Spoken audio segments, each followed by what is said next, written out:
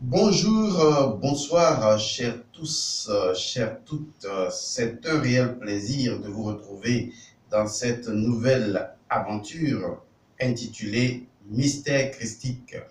Et justement, dans cette aventure, nous allons révéler les arcanes de la vie mystique chrétienne afin de permettre à ceux qui appartiennent à l'obédience chrétienne de se retrouver dans les enseignements universels.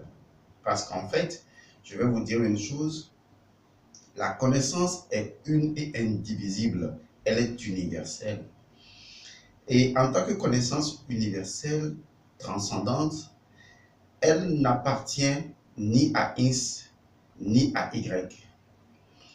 Elle est impersonnelle, elle est transcendante, elle est universelle. Chaque religion peut s'approprier une petite parcelle de portion, le quart du tiers de la moitié de la connaissance.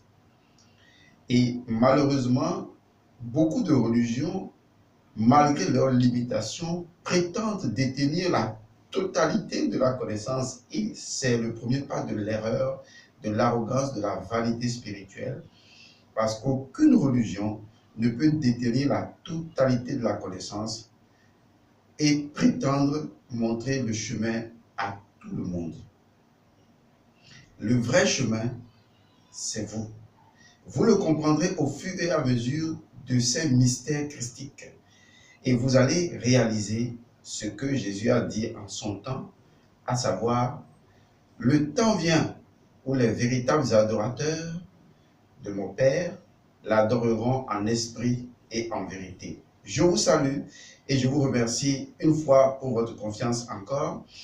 Déjà, dans une vidéo, nous avons demandé votre soutien. Nous avons voulu que vous participiez, n'est-ce pas, à la vie de cette chaîne-là, que les personnes de toute nationalité, que vous vous trouviez au Togo, au Bénin, dans le monde entier, quelle que soit votre localisation, vous pouvez soutenir cette chaîne. Vous pouvez le faire selon vos capacités et nous mettons toujours un numéro WhatsApp en bas en lien et ce numéro vous permettra de nous contacter et de nous faire des propositions sur ce que vous pensez pouvoir apporter à cette chaîne afin qu'elle perdure dans le temps pour que nous continuions à vous donner ces enseignements. Aujourd'hui, nous allons entrer dans la deuxième étape, puisque je disais tantôt, sur incitation d'une personne qui m'est très chère, qui a voulu que j'explique, n'est-ce pas, la fête des rameaux. Et je lui ai dit, la fête des rameaux n'est qu'un élément faisant partie d'un corpus mystique qu'il faut donc clarifier et que cela commence justement par ce que j'ai eu à faire dans la vidéo précédente, à savoir le mystère du mercredi des cendres. Et donc, déjà, nous avons vu ce mystère du mercredi des cendres, nous avons fait un petit résumé, et ensuite, nous allons partir à la deuxième étape. Il s'agira donc du carême. Alors, le mercredi des cendres est réservé tout simplement au symbolisme de la connaissance de soi, parce que cela représente Mercure, Djéouti ou Thoth Hermès, qui est donc le symbole vivant de la totalité de la connaissance. Or, la totalité de la connaissance prend sa source dans la connaissance de soi-même. Donc, le symbole que le prêtre ou le prélat va mettre au front, n'est-ce pas, de l'initié ou du futur initié, du futur mystère, c'est le symbole de la croix. Ce symbole qui existait déjà dans l'Égypte antique a pour nom Imi. Imi veut dire en égyptologie ce qui est dedans ou qui est dedans. Mais ce n'est pas simplement, disons, un signe qui se met au fond. Je vais vous dire la vérité, c'est un sceau mystique. Un sceau qui démontre la nature même de qui vous êtes. Et je vous ai expliqué qu'il ne s'agit pas de poussière, parce que la poussière, c'est de la saleté. Alors que les cendres ne sont pas de la poussière et ne sont pas de la saleté, parce que les cendres sont le résultat d'une combustion. Non seulement le résultat d'une combustion, mais la source d'une combustion est le résultat de la combustion. Donc, les cendres représentent la substance éternelle. Vous voyez, la substance éternelle. Vous pouvez l'appeler l'anima mundi. C'est la substance éternelle. Et derrière cette substance éternelle-là, qui est donc les cendres, ou qui sont les cendres, il y a une chaleur, il y a un feu vivant, un feu éternel, qu'on appelle le feu sacré. Comparez cela simplement au symbolisme du Noun, et vous verrez naturellement Atum qui se réveille de ce Noun. Ou bien, rappelez-vous de l'esprit qui plane sur les eaux, l'esprit représentant l'élément feu, et les eaux, la substance matérielle. Vous voyez, ce symbole n'indique pas un événement en dehors de nous, puisqu'il veut dire ce qui est dedans, la vérité, et c'est un sceau. Qu'est-ce qu'un sceau? Un sceau est un signe mystique doté d'un pouvoir qui est la signature, qui indique la signature même d'une nature profonde. Donc, le signe qui est mis sur notre front est notre véritable signature intrinsèque. Et tous les démons qui vont voir ce signe à notre front, pas simplement à notre front physique, parce que le signe, il n'est pas simplement mis sur le corps physique. Le fait que l'initié le comprend, l'initié comprend ce sceau, n'est-ce pas, le sceau qui est mis à son front, le fait que l'initié comprend ce sceau-là, qui signifie l'alpha et l'oméga, le fait qu'il comprend ce sceau, il peut tout simplement dégager la lumière proportionnelle à ce sceau, et tous les démons qui le verront, eh bien, tous les démons fuiront, parce qu'ils diront, celui-là, il sait qui il est. Rappelez-vous, je crois que c'est dans les Actes des Apôtres, il y avait les disciples, il y avait des exorcistes juifs. Voilà, ceux qui connaissent cette partie de la Bible vont se rappeler. Il y avait des exorcistes juifs qui voulaient imiter ce que faisaient les apôtres de Jésus. Et donc, ces exorcistes juifs se sont rapprochés d'un monsieur qui était possédé. Et ils ont déclaré à l'endroit de ce monsieur, au nom de Jésus que Paul prêche, sort de ce corps. Et les démons, donc, ont répondu en disant, Jésus, nous le connaissons. Paul, nous savons de qui il s'agit. Mais vous, qui êtes-vous? Comme les démons n'ont pas reçu de réponse, eh bien, les démons ou la personne poussée par les démons s'est ruée donc sur ces exorcistes juifs-là et les ont complètement maltraités, malmenés. Cette partie de l'acte des apôtres a un sens profond. Ça veut dire que les démons connaissent les gens dont la lumière intérieure brille.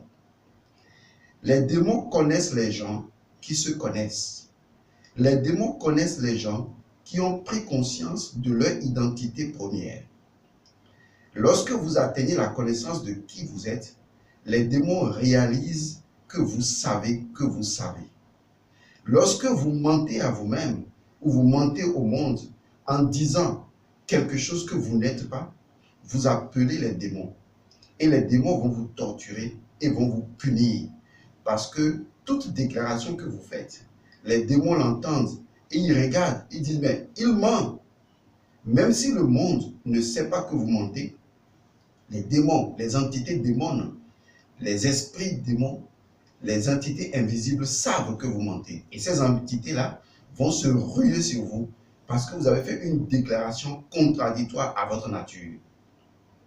Et c'est ce qui arrive à beaucoup de personnes qui se prétendent maîtres parce qu'à un moment donné, ils finissent par subir les conséquences de leurs mensonges.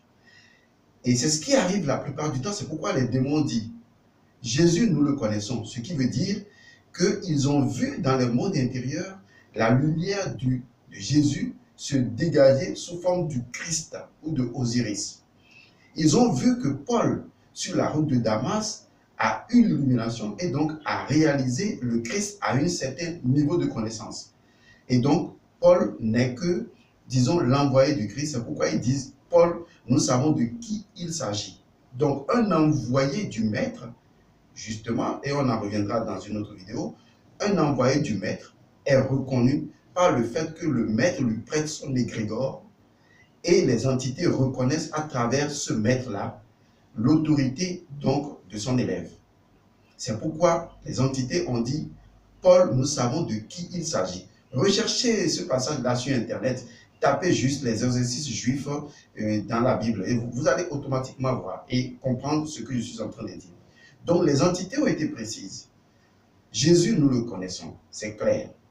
Paul, nous savons de qui il s'agit, parce que Paul, sa connaissance dépend de son maître. Mais vous, qui êtes-vous? Et c'est ça ce qui est important. Donc, dans les traditions égyptiennes antiques, lorsqu'on envoie l'initié dans le désert pour qu'il rencontre, disons, ses propres démons, on va l'expliquer tout à l'heure, c'est ce qu'on appelle la mise en quarantaine ou le carême qui sera suivi du jeûne, puisqu'il faut expliquer les deux. Ce ne sont que des mythes ou du mystère osirien. L'individu doit, avant d'entreprendre ce chemin des épreuves ou ce chemin initiatique, il doit conserver la conscience de qui il est vraiment tout au long de ces épreuves. S'il oublie qui il est, eh bien, il sera avalé par les épreuves. Nous qui sommes initiés, nous qui nous sommes rappelés de certaines de nos incarnations, que ce soit en Égypte ou au Japon, puisque ma dernière incarnation a eu lieu au Japon, nous avons été très conscients de certaines initiations que nous avons reçues. Et donc, nous savons précisément pourquoi ces initiations ont été élevées pour permettre à l'individu de rencontrer ses propres démons. Il n'y a pas de démon en dehors de vous-même. Et ça, on l'expliquera dans la vidéo si le temps nous le permet. Autrement, on fera une suite à cette vidéo-là. Donc, revenons à ce qui est important. Ce qui est important, c'est que le mercredi des cendres est le point de départ qui marque la connaissance de soi, qui démontre que vous devez être conscient de qui ou de quoi vous êtes réellement.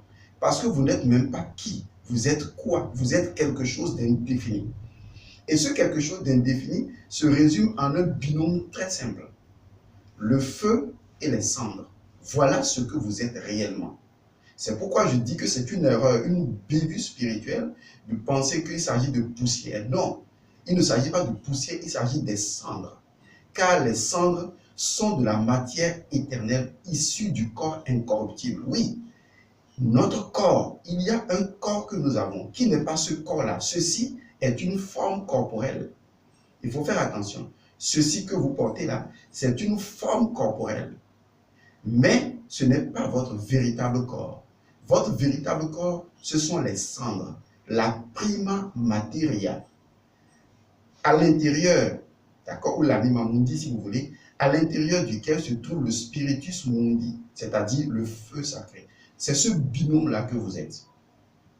Vous êtes ce qui n'a pas de forme et qui constitue l'énergie illimitée de la vie universelle. C'est pourquoi ce signe qui est marqué au front, qui représente l'alpha et l'oméga, le plus infini et le moins infini, le croisement des lignes démontrant la rencontre des forces d'en haut et des forces d'en bas, dont vous êtes l'élément central, vous êtes l'alpha et l'oméga. La plupart du temps, quand on dit aux gens qu'ils sont l'alpha et l'oméga, ils ne veulent pas l'accepter. Mais comment pouvez-vous remporter les épreuves à partir du moment où vous ignorez que vous êtes l'alpha et l'oméga? À partir du moment où vous ignorez le sens premier de votre premier baptême. Donc, le mercredi des cendres a une force extraordinaire, c'est de vous révéler Imi. Imi, c'est ce qui est dedans. Ce qui est dedans est la vérité. Et la vérité, c'est que les cendres symbolisent la prima materia et à l'intérieur la chaleur, le feu sacré. Les deux représentant à la fois l'esprit et la matière ou l'esprit planant sur les eaux. Vous êtes ce binôme-là, c'est ce que vous êtes. Votre véritable corps, c'est les cendres. À partir des cendres, vous renaissez, vous créez une autre forme. Vous êtes le phénix qui renaît de ces cendres. C'est cela votre véritable nature. C'est cela ce que vous êtes vraiment. Ce corps n'est pas le véritable corps. Ce n'est qu'une forme corporelle, mais ce n'est pas le corps en soi. Le corps en soi, c'est la prima materia, ce sont les cendres. Donc quand on vous met cela au fond, on vous fait savoir que dans votre conscience, par le troisième œil, vous ne devez jamais perdre de vue le sceau. Vous ne devez jamais perdre de vue cette identité profonde de votre nature. Parce que c'est la prise de conscience permanente de cette identité première qui vous fera traverser votre propre désert. Car le désert est toujours personnel. C'est là que vous allez mener votre djihad, votre combat personnel. si vous avez compris, en résumé, nous avons un corps indestructible. Nous avons un corps qui n'est pas cette forme corporelle. Nous avons un corps qui est la prima materia, l'anima mundi. Et à l'intérieur, nous sommes la réalité double, l'esprit illimité et la matière indestructible. Voilà qui nous sommes. Et quelles que soient les déformations qui vont survenir tout au long de notre chemin, nous devons conserver la conscience de cette vérité et ne jamais perdre cela de vue. C'est seulement ainsi que nous allons réussir la deuxième étape. Et donc, si cette première étape est comprise, parce que même si nous devons l'expliquer, on ne s'arrêtera jamais de l'expliquer, à partir du moment où vous récupérez Thoth, vous récupérez Djouti, vous pouvez faire le chemin avec Djouti. Vous pouvez faire le chemin avec le Dieu à tête d'ibis. Vous pouvez maintenant détenir, comprendre qui vous êtes et en étant conscient de ça, vous pouvez traverser le chemin désertique. C'est ce qui est arrivé à Jésus. C'est pourquoi, comme je le disais dans Actes des Apôtres, les entités démons ont dit, Jésus, on le connaît. Vous voyez, quand quelqu'un arrive à la connaissance de lui-même ou quand il est conscient de qui il est, les entités aussi réalisent qu'il est conscient de qui il est. Donc, votre propre lumière resplendira devant vous et ne sera jamais cachée. Elle sera visible aux forces qui vous entourent dans l'invisible. C'est pourquoi vous ne pouvez jamais mentir, puisque c'est le premier pas de l'enthousiasme. Anthéos, être en Dieu, c'est le premier pas. Vous devez être une personne vraie. Et donc, cette première étape passée, l'individu va maintenant partir dans le désert. Oui, dans le désert pour vivre sa mise en quarantaine. C'est la mise en quarantaine qui signifie le désert. Il ne s'agit pas de désert physique, il s'agit d'une mise en quarantaine. Vous allez remarquer que dans toute la Bible, on a souvent parlé de 40 ans, de 400 ans, de 40 jours. On a comme l'impression que le 4, 40 et tout ça, ça revient toujours. Généralement, si vous prenez certains pays d'Orient, on considère même que le nombre 4 est un nombre maléfique parce que cela représente la mort forcée. Et donc, le nombre 40 tente de montrer une forme d'isolement, une forme de mise en quarantaine. Mais d'où vient ce symbolisme? Eh bien, le plus simplement possible, ce symbolisme vient de l'Égypte antique. Parce que, normalement, lorsque les cultivateurs égyptiens devaient cultiver le blé, avant que le blé n'atteigne sa maturation, ne puisse sortir de sous la terre et atteindre sa maturation, il faut 40 jours. C'est tout simplement ça. Or, le symbole du blé, c'est également Osiris. Donc, Osiris était tout simplement le blé.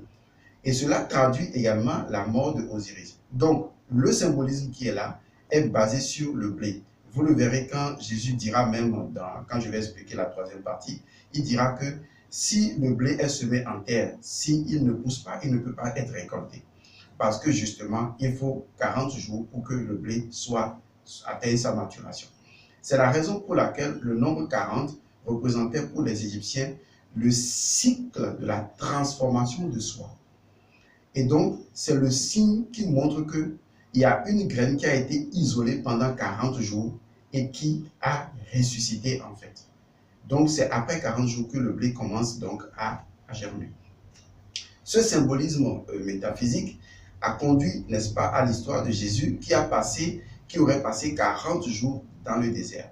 40 jours dans le désert pour faire quoi? Pour s'isoler, pour sa mise en quarantaine, c'est-à-dire pour pratiquer son initiation liée à Osiris, pour pouvoir renaître de lui-même, pour subir ce qu'on appelle la petite mort. Et la petite mort va passer forcément dans cette mise en quarantaine. Il y a un élément important parce que ce n'est pas la mise en quarantaine ou le carême qui est important, c'est ce qui se passe à l'intérieur du carême. Et ce qui se passe à l'intérieur de la mise en quarantaine, eh bien, c'est le jeûne. C'est le jeûne qui a cours. Mais qu'est-ce que le jeûne?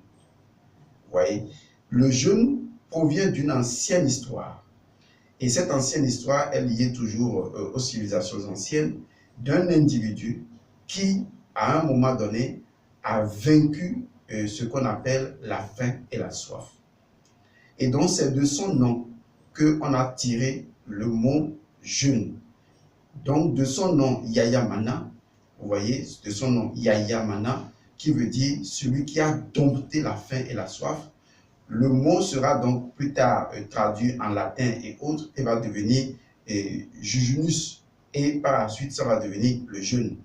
Et donc, le jeûne, ce n'est que l'histoire d'un individu, Yahya Mana, un initié oriental, qui, à un moment donné, a maîtrisé, a dompté la faim.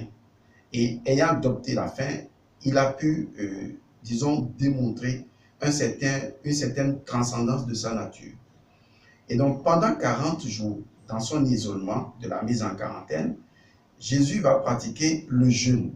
Et donc, vous également, après la cendre ou après les mercredis de cendre avec Thoth Hermès, qui est donc votre gardien, qui est votre maître, qui vous fait introduire dans le cycle des épreuves, où vous devenez celui qui porte le sceau et qui est conscient de son identité, de cette signature-là, celui-ci va contempler perpétuellement le sceau. Parce que le sceau est là sur son front, c'est pour qu'il ne le perde jamais de vue. C'est pour que sa vision spirituelle ne perde jamais de vue ce sceau. Tout au long, il doit lire tout ce qui se passe autour de lui à travers ce sceau. Parce que s'il perd jamais sa conscience de ce sceau, s'il ne voit pas avec le troisième œil à travers ce sceau les choses qui se présentent à lui, s'il se laisse duper par les deux yeux et qu'il revient à sa condition humaine, eh bien, il va échouer dans son épreuve. Donc, c'est placé bien ici sur l'œil spirituel. Ça veut dire que c'est à travers le sceau que l'œil spirituel lit, va lire la vraie nature de ce qui se trouve dans les épreuves et ne pas succomber à ces épreuves. Et l'exemple le plus simple que nous allons prendre est justement l'exemple de Jésus. Jésus va passer donc 40 jours dans le désert à faire quoi? À dompter la faim et la soif. Et donc, quand il va dompter la faim et la soif, il faut pouvoir expliquer ce que ça veut dire. Parce que la plupart du temps, les gens pensent que le jeûne, c'est se priver de nourriture. Non, nous, en métaphysique, on ne reconnaît pas cette définition-là du jeûne, qui est donc se priver de nourriture. Lorsque on dit de quelqu'un qui se prive de nourriture, ça ne veut pas dire qu'il dompte la faim. C'est deux choses séparées. Il se prive juste de nourriture. Mais quand on dit de quelqu'un qui veut dompter la faim, c'est beaucoup plus que ça. Parce qu'il faut se poser la question de savoir qu'est-ce que ça veut dire avoir faim. Puisque avoir faim ne concerne pas seulement le corps physique. Est-ce que vous comprenez avec moi? Avoir faim ne concerne pas seulement le pain, la nourriture que vous mangez. Non, ce n'est pas seulement ça, avoir faim. Avoir faim, excusez-moi, avoir faim se trouve à plusieurs niveaux de conscience. Alors, par exemple, on peut avoir faim de la colère. Exactement. On peut avoir faim de la colère. On peut avoir faim de la luxure. On peut avoir faim de la vanité. On peut avoir faim de l'attachement. Et ce n'est même pas qu'on peut avoir faim. On a faim de l'attachement. Lorsque nous ne nous attachons pas passionnellement à quelqu'un, cela devient, je ne sais pas, un dérangement, quelque chose qui nous perturbe. Nous ne nous sentons vivants que lorsque on est dépendant émotionnellement de quelqu'un. Lorsque quelqu'un nous dit « Ah, félicitations, tu es belle, tu es magnifique », oui, là, on a faim de ça. On a faim de l'attachement envers les autres. On a faim de la gourmandise. En fait, c'est très simple. On a faim des péchés capitaux. On a faim de l'orgueil. On a faim de l'ignorance. Ça peut paraître dingue. Mais en réalité, je vous dis, il y a des hommes où les hommes ont faim de l'ignorance. Avoir faim de l'ignorance. On va me dire, mais comment quelqu'un peut avoir faim de l'ignorance? Je vous donne un exemple simple. Généralement, tout le monde dit, je veux la vérité. Mais est-ce que vous pensez que les gens, bien qu'ils disent, je veux la vérité, sont réellement prêts à recevoir la vérité? Je ne pense pas. Parce que si vous les croyez en disant qu'il veut la vérité, mais que vous ne constatez pas d'abord s'il est prêt à la vérité avant de lui donner la vérité, vous allez avoir des réactions incroyables. C'est pourquoi Jésus a dit, on ne jette pas des perles au trousseau.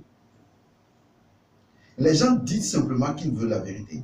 Mais si vous leur présentez la vérité et qu'ils ne sont pas prêts à changer, à sortir de leur zone de confort, je vous assure, mais ils vont vous en vouloir pour tout l'or du monde. Vous aurez beau dire à une femme, ton mari te trompe, Au début, elle aurait dit oui, tu m'as trompé, on me l'a dit, j'ai découvert tout ça.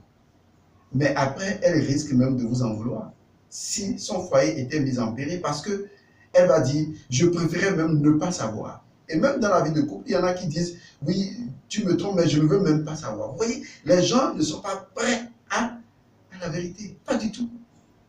Ils ont plutôt faim de l'ignorance. Parce que l'ignorance les maintient dans leur zone de confort. Ils ont besoin d'être leurrés. Ils ont faim d'être leurrés. Ils ont faim qu'on leur mente. C'est pourquoi quand on leur ment, ils sont contents. Lorsqu'on dit à quelqu'un que tu peux cotiser à l'église et à la fin, le prêtre va faire son machin là et puis tu iras au paradis. Est-ce que vous croyez que la personne elle-même est rassurée que vraiment ça le mène ou ça l'amène au paradis? Au fond, il y a une voix qui lui dit, est-ce que ce truc-là est vrai? Mais comme cette personne a faim de l'ignorance, cette personne a besoin qu'on lui mente, cette personne va accepter cela. Donc les gens ne vous mentent et vous ne les suivez que parce que vous avez faim du mensonge. Tout comme on a faim de la vanité, on a faim de l'orgueil. Avoir faim, ce n'est pas avoir faim de la nourriture. C'est avoir faim des conditionnements, de tout ce qui conditionne la nature de l'individu. Sa nature divine est conditionnée par un certain nombre de dépendances. Et les hommes aiment ces dépendances parce que cela leur permet de se sentir, disons, exister. C'est ce lien de conditionnement et de dépendance, c'est cela qu'il faut rompre. C'est cela dompter la faim et la soif. Et non arrêter de manger la nourriture ordinaire.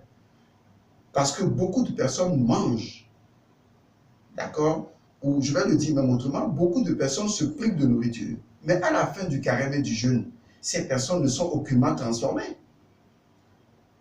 Ces personnes redeviennent toujours les vils individus qu'elles étaient avant.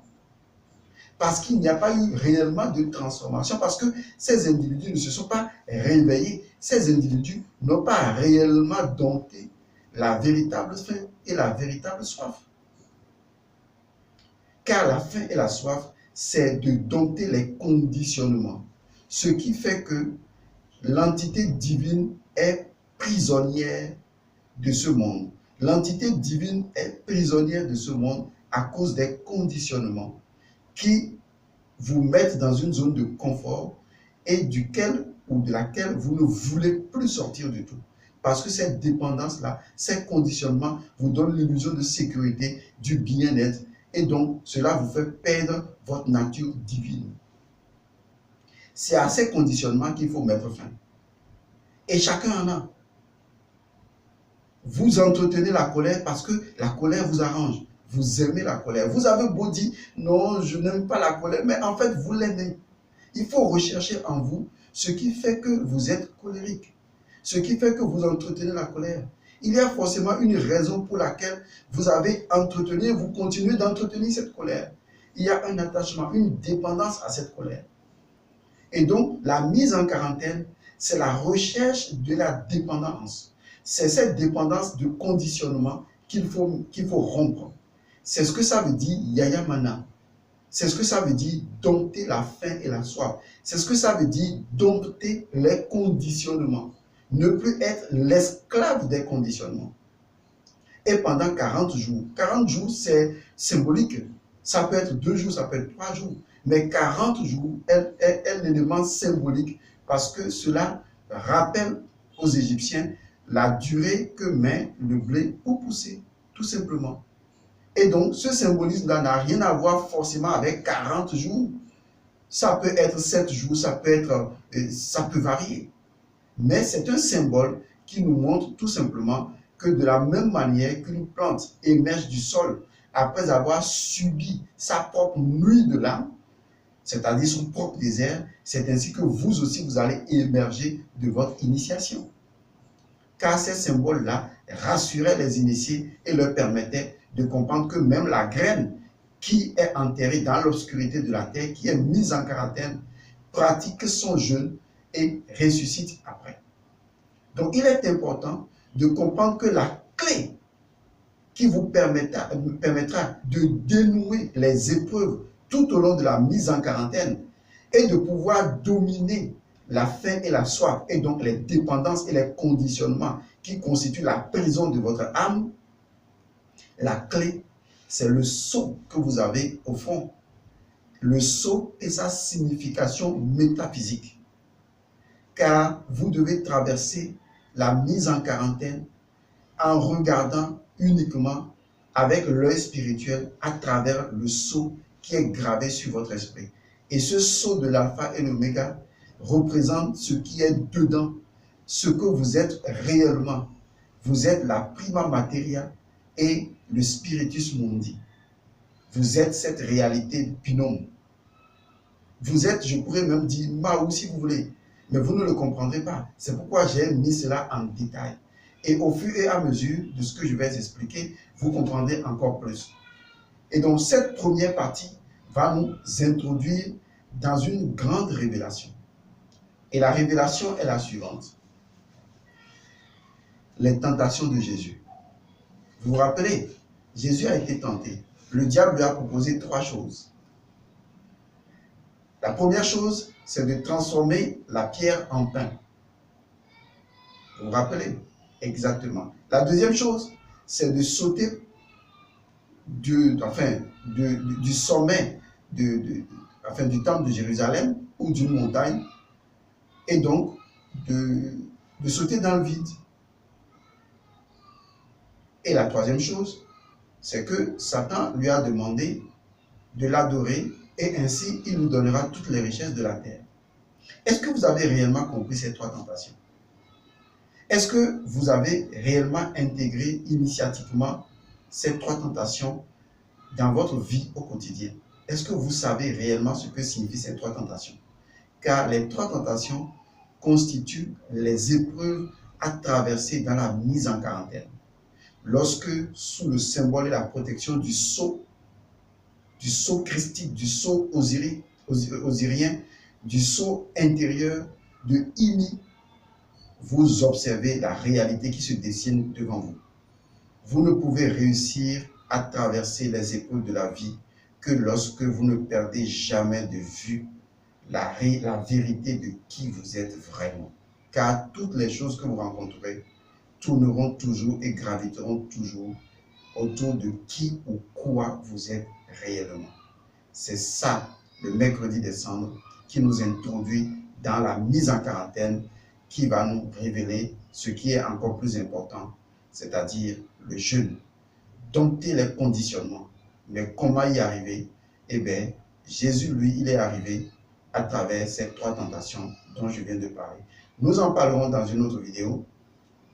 Parce que si on n'en parle pas, vous ne comprendrez pas, par exemple, lorsque, avant d'entrer à Jérusalem, il a demandé à ses initiés ou à ses disciples d'aller lui chercher un âne ou un ânon et sur lequel il va monter. Tout est relié. Il faut donc faire tout le cheminement pour comprendre ce que ça veut dire.